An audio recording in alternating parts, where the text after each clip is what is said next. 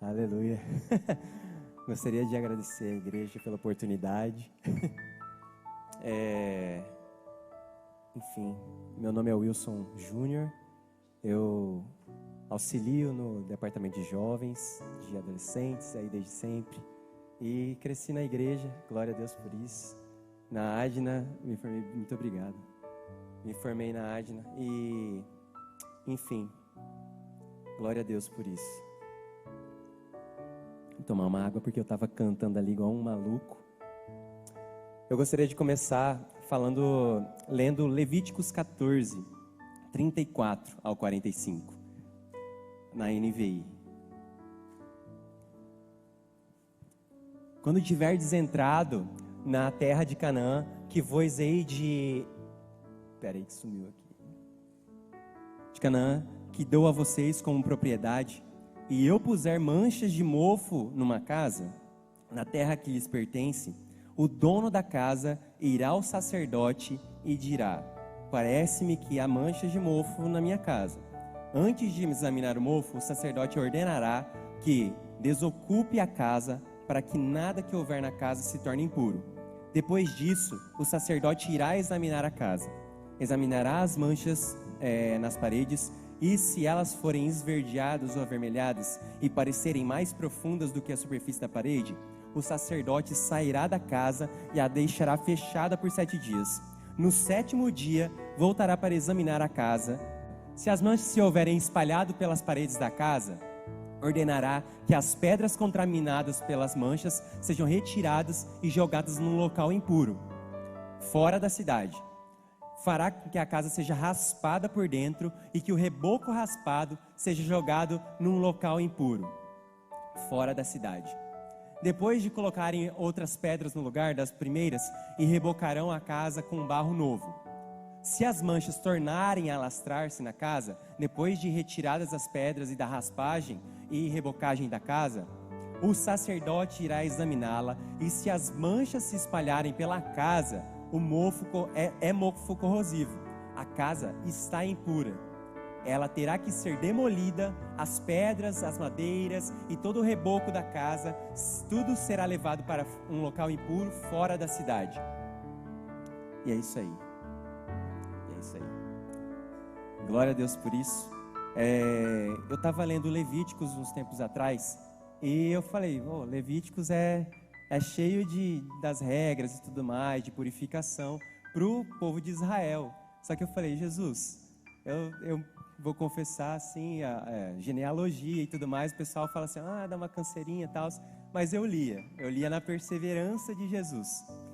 Mas eu falei assim, Jesus, eu quero que o Senhor me revele alguma coisa através dessa passagem de Levíticos, porque eu sei que o Senhor está entranhado na sua palavra inteira. Eu sei que a palavra de Deus é uma palavra viva, e Jesus é reflexo em toda a palavra. Então, Pai, faz esse bom aí para mim, por favor. Aí ele começou a soprar sobre mim assim, que, Wilson, existe traços do velho homem ainda dentro de você. Existem traços de mofo que estão dentro de você. Quando eu, o sacerdote, sou chamado e chego na cidade, eu demonstrarei os mofos que ainda tem dentro de você. Então, o que você tem que fazer? Apresente-se a mim. Apresente-se a mim, que eu vou medir o mofo. Não é você, Wilson. Eu vou medir o mofo e eu vou raspar e deixar ali. Se necessário, vou quebrar tudo e vou lançar fora, porque eu reconstruirei uma casa em cima da rocha, que é Jesus. Aí eu falei, eita, essa foi poderosa, Jesus, essa aí eu não aguentei direito. Mas enfim, comecei a chorar, Jesus, muito obrigado, porque você é sacerdote. Enfim, meus irmãos, o Senhor Jesus é o nosso sacerdote. Antigamente, o pessoal lá de Israel, eles literalmente tinham que ir no sacerdote da época. Literalmente lá, sacerdote, mas vai lá dar uma vistoria, vai lá dar não sei o que, vai lá para ele parará. Enfim, Mas hoje nós temos um sumo sacerdote. Hoje nós temos um sacerdote que se fez carne, veio entre nós, morreu, ressuscitou e hoje ele está assentado à direita de Deus. Hoje ele reina agora e para sempre. O verbo que veio entre nós é o nosso sacerdote. O verbo que tabernaculou entre nós, se fez tabernáculo. Eu sou a verdade, o caminho, a verdade e a vida. Ninguém vai ao Pai se não for por mim. Ninguém tem acesso se não for a mim. Mas comigo vocês terão acesso. Porque mesmo na morte de Jesus, ele rasgou um véu que separava e não dava acesso. Que era uma coisa a mais que tinha que se fazer. Apenas os sacerdotes separados podiam ir lá. Se purificavam as vestes, vestiam as vestes santas e iam lá. E, enfim, nós temos um sumo sacerdote glorioso. Em 2 Coríntios 7:1 diz: Amados, visto que temos essas promessas, purifiquemo-nos de tudo o que contamina o corpo e o espírito, aperfeiçoando a santidade no temor de Deus.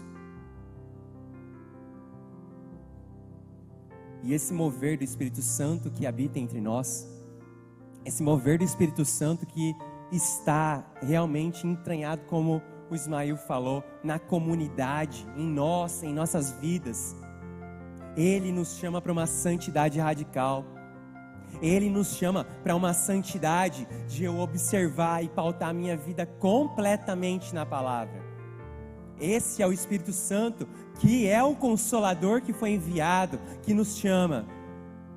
Wilson, tem mofo ainda dentro. Você tem que ir para o sacerdote e falar para ele. Enfim, no reinado de Israel, nós tínhamos os sumos sacerdotes. Hoje, nós temos o sumo sacerdote.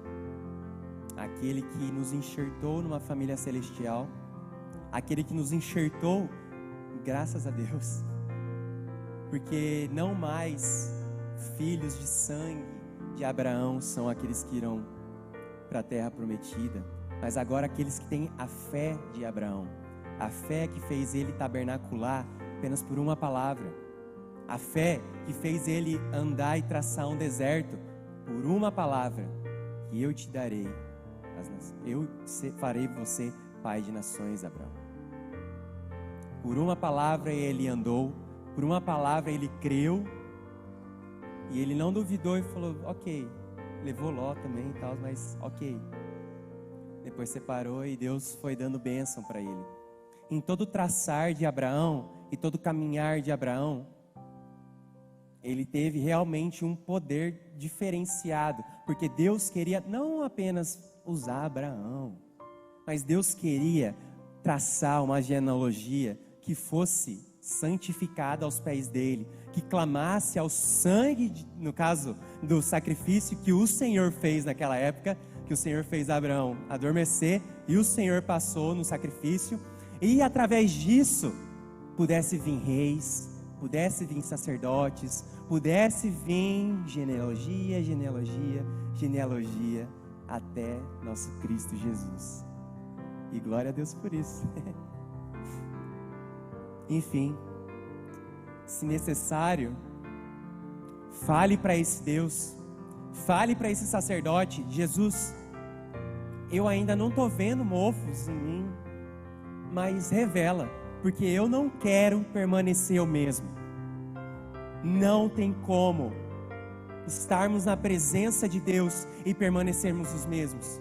Não tem como a igreja de Deus estar na presença do Deus Santo e permanecer os mesmos. Não tem como a gente caminhar e vir de domingo em domingo. Não tem como eu vir de super sexta em super sexta, vir na hora power e permanecer o mesmo, achando que não há nada em mim que precisa ser mudado por Cristo, achando que não há nada em mim que precisa ser mudado por esse sumo sacerdote. Se há um bom, é o Deus Pai Celestial que está nos céus, e nós precisamos estar diante, realmente prostrados a Deus, falando: Jesus Cristo, não temos nada, não há nada melhor do que o Senhor, não há nada melhor, porque o Senhor, mesmo morto, voltou, ressuscitou, veio sobre os discípulos em Emaús e se mostrou e partiu o pão. Ressurreto, nosso Deus é vivo. Ressurreto, nosso Deus é vivo. Nosso Deus não é um Deus morto. Nosso Deus não é um Deus que está pregado no madeiro. Nosso Deus não é um Deus que está no túmulo. O Deus que nós servimos é um Deus santo, que vive e está entre nós. Então, igreja, não tem como permanecermos os mesmos. Não tem como entrarmos na casa do Senhor e ficarmos parados. Não tem como entrarmos na casa do Senhor e não pelo menos rendermos a Ele. Jesus, aqui está o meu mofo, aqui está o meu nada, Jesus, aqui está o meu nada, mas até o meu nada eu te dou, Jesus. Que nós possamos realmente nos mover nisso, ser tocados nisso, assim como Davi foi. Davi, ele, sobre deveras mancadinhas que ele deu, sobre se fingir de louco lá na frente do reinado, só para não ser morto, aí vai lá para a caverna, um monte de bandido, aí lá, Davi se levanta e fala: o Senhor é bom, Ele reina para sempre. Provem, vejam, Deus é bom. Ele não se esquece dos pecadores. Davi estava falando para ele naquela hora. Ele escuta o meu clamor, mesmo eu estando escondido numa caverna, triste, longe, escondido. Mas Davi, ele levanta sobre os bandidos que tinham naquela caverna e fala: provem e vejam, Deus é bom. Ele não se esquece do pecador.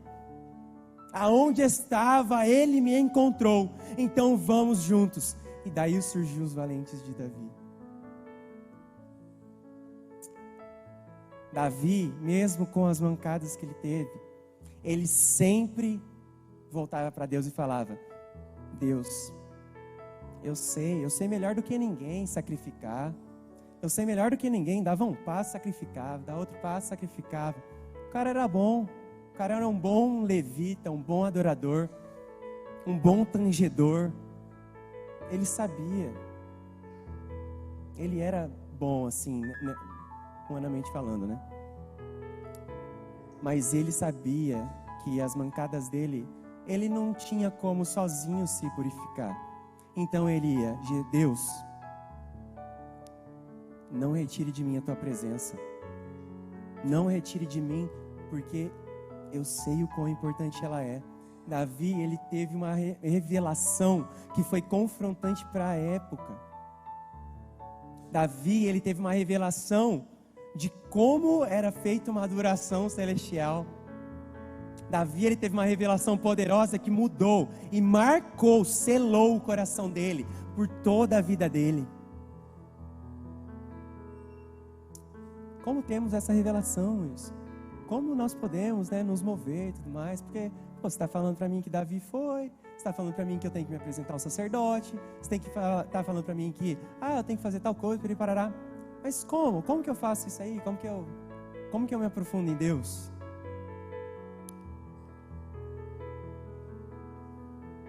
Bem-aventurados os pobres de espírito, aqueles que confessam a si mesmos que: Senhor, em mim mesmo eu não tenho nada.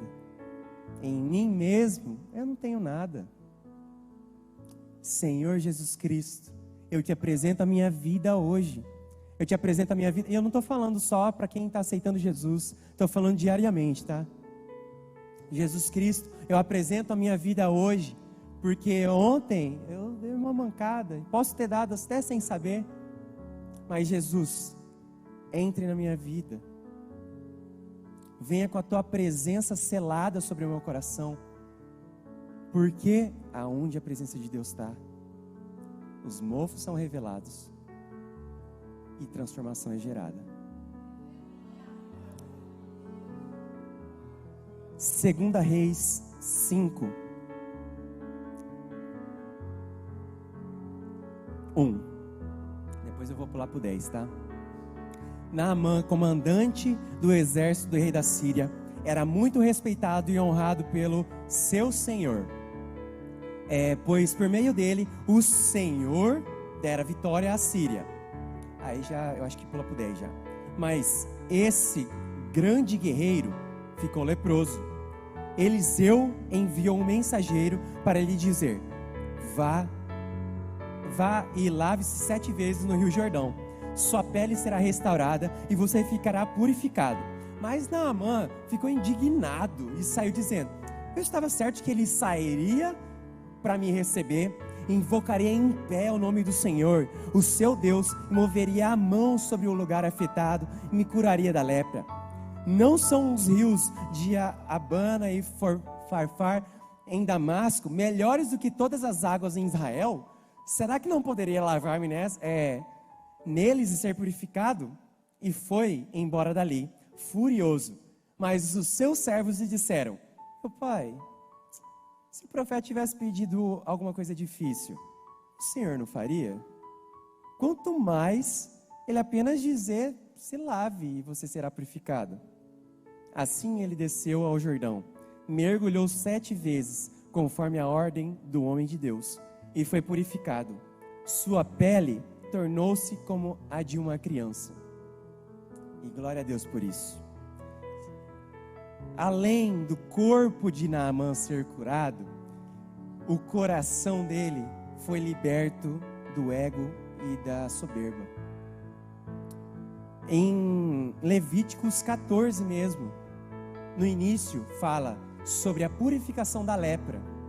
E fala que teriam que se pegar pombinhas, 2 pombinhas, e uma terá que ser sacrificada, pegará o sangue dessa pomba e aspergirá 7 vezes sobre o leproso. E nisso será purificado.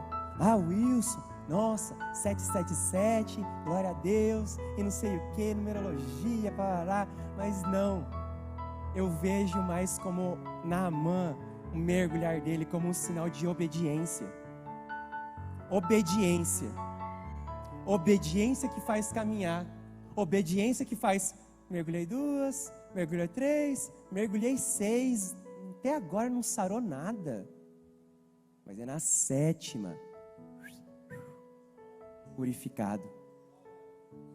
É no 7º dia de mofo que o sacerdote voltará e analisará. É no 7º dia em Levíticos 14, que na 7ª vez, aspergido o sangue da pombinha sobre a pessoa, que aí a pessoa será purificada. Isso nos traz o quê? O Senhor nos chama para obedecer veementemente. O Senhor nos chama para obedecer, mesmo se na 6ª nossos olhos não conseguirem ver. O Senhor nos chama para obedecer, fala assim: mas esse mofo nem está grande, acho que dá para, acho que dá para passar um veja aí que dá certo, né? Desculpa. Acho que dá para passar alguma coisinha aqui para purificar e tudo mais. Tá tudo certo, não precisa gastar o tempo do sacerdote, não. Não preciso levar minha pequena coisa para Deus, não. É pequeno. Não, isso aqui é só, eu resolvo, tá de boa. Mas não, meus amigos, não. O Senhor nos chama para essa obediência violenta mesmo. O Senhor nos chama para caminhar, e se for necessário mergulhar 7 vezes. O Senhor nos chama para caminhar, assim como nosso pastor Edivaldo caminhou 10 anos, sem ver nada, sem saber de ninguém que estava ouvindo a palavra, sozinho. Meus amigos, não digo nem 1 ano, mas eu acho que no primeiro mês assim, eu já ficava, certeza que é o Senhor que está me enviando. No 2º mês eu já, acho que eu vou fazer domingo sim, domingo não. No 3º talvez eu já capengaria um pouquinho mais. E, os 4 meses aí eu acho que já tinha Mas nosso pastor, ele se prostrou e falou, mesmo não vendo, tá aí, 10 anos, né? Porque o nosso pastor, ele escolheu, em cima da palavra que Deus deu a ele, mergulhar durante 7 vezes, caminhar 10 anos, para que a Adna pudesse traçar um lugar. Nosso pastor escolheu ser tirado, para que não surgisse outras coisas. E mesmo assim, quando ele voltou, ele pediu bênção para o pastor dele. Pastor, você me abençoa para, né? Aí o pastor abençoou ele. Nosso pastor, ele é um exemplo. Mas assim como ele fala, ele também está no processo. Ele também, dia após dia, ele fala, meus amigos. Ele fala que todos os dias eu aceito a Deus de novo. Porque o velho homem luta todos os dias, porque o bem que eu quero fazer, eu não faço, mas o mal que eu quero fazer, esse até é fácil fazer. Mas o Senhor soberano, sacerdote entre as nações, sacerdote reinando, Rei eterno, Ele nos chama para uma coisa simples. Se fosse algo difícil, a gente não faria? Se a gente precisasse ficar aqui 24 horas, 746 horas aqui, Jesus, perdoa meu pecado, nós não ficaríamos? Quanto mais uma coisa simples que é entrar no quarto, fechar a porta, no Deus do secreto e falar: Senhor, existe um mofo dentro de mim, toque ele, porque com o teu toque, Jesus, vai ser purificado. Com o teu toque, Jesus, vai ser sarado. Com o teu toque, Jesus, vai ser arrancado se for necessário, joga para longe. E Deus, se for necessário, quebra tudo, porque não há bem nenhum em mim. Não há nada em mim que possa me salvar. Então Deus, se for necessário, quebra tudo e reconstrói tudo de novo. Porque agora a reconstrução, ela é baseada numa rocha verdadeira. E a construção é edificada por um Deus santo, que edifica e protege, e sara, e cura, e liberta, e nos move, e nos faz caminhar, e nos faz clamar, e nos faz voltar novamente. Senhor, eu tenho mais mofo ainda, e quebra de novo, e molda de novo, e quebra de novo, e molda de novo, porque essa é a nossa vida, irmãos. Essa é a nossa vida, meus amigos. Nós temos que clamar, nós temos que nos prostrar, nós temos, porque há apenas um bom, e Ele é o Verbo que tabernaculou entre nós, e esse Verbo era a luz dos homens, e essa luz nos salvou, e essa luz brilha em nossos corações. E é por isso que não tem como virmos de domingo a domingo, não tem como nós virmos sexta a sexta, não tem como, meus amigos, não tem como, meus irmãos, e permanecermos os mesmos. Então, a minha oração realmente é uma oração que eu faço assim como Ismael falou. Nós às vezes queremos muito, queremos Jesus, nós queremos um grande avivamento, e nós queremos, porque é promessa de Deus. Nós queremos um grande mover, nós queremos, não é ruim querer isso, nós queremos o toque e mover de Deus, mas não tem como nós não nos prostrarmos a Deus e queremos alguma coisa. Não tem como. Nós temos que nos render, nós temos que permanecer, para que daí aconteça novamente Atos 2, para que de repente o Espírito desça sobre essa casa, e todas as pessoas foram cheias do Espírito Santo, manifestas, a ponto dos outros olharem: ih, tão bêbado, ih, essa Adna aí, ó, tá piruleibe, tá maluquinha, essa Adna aí, mas não, É o toque do Espírito Santo, meus amigos e meus irmãos.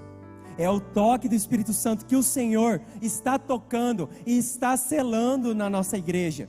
Nosso pastor falou que esse ano é um ano de quebra de paradigmas.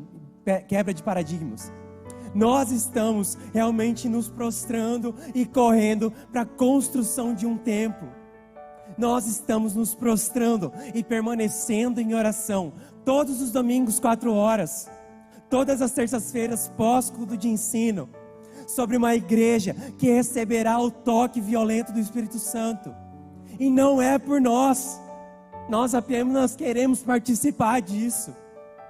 Deus não precisa de nós, mas Ele pede: participem, estejam comigo, porque eu quero selar a geração, eu quero selar Cuiabá, eu quero chamar as igrejas referências em Cuiabá para que se levantem, unifiquem-se e tragam um avivamento real, um avivamento de realmente se prostrar, de realmente confessar: Jesus Cristo me toca, porque esse mofo eu não consigo tirar, esse mofo eu não consigo me limpar, esse mofo na igreja ainda está lá. Então o Senhor, que é santo e soberano sobre Israel e sobre todas as nações, Ele deseja tocar o corpo inteiro da Adna e de todas as igrejas de Cuiabá, para que haja um mover real, e não um mover só de apenas por mover, mas o Senhor deseja um toque, para que as gerações, para que os velhos voltem a ter sonhos, para que os jovens profetizem, e para que a igreja se santifique e purifique cada vez mais, para que venha o rei, para que venha o sacerdote, para que venha o santo soberano. Então é esse convite que eu faço a vocês, meus irmãos. Entregue seus mofos a Cristo, entreguem os seus mofos a Cristo, porque Ele vai tirar e Ele vai revelar a outros, e glória a Deus por isso. E assim, dia após dia, nós vamos sendo santificados e vamos sendo, como igreja, unificados, levados para um lugar de igreja com I maiúsculo, igreja, aquela igreja de cantares. Nos ataviaremos cada vez mais para a volta de Cristo. É isso que eu tenho para essa noite, galera.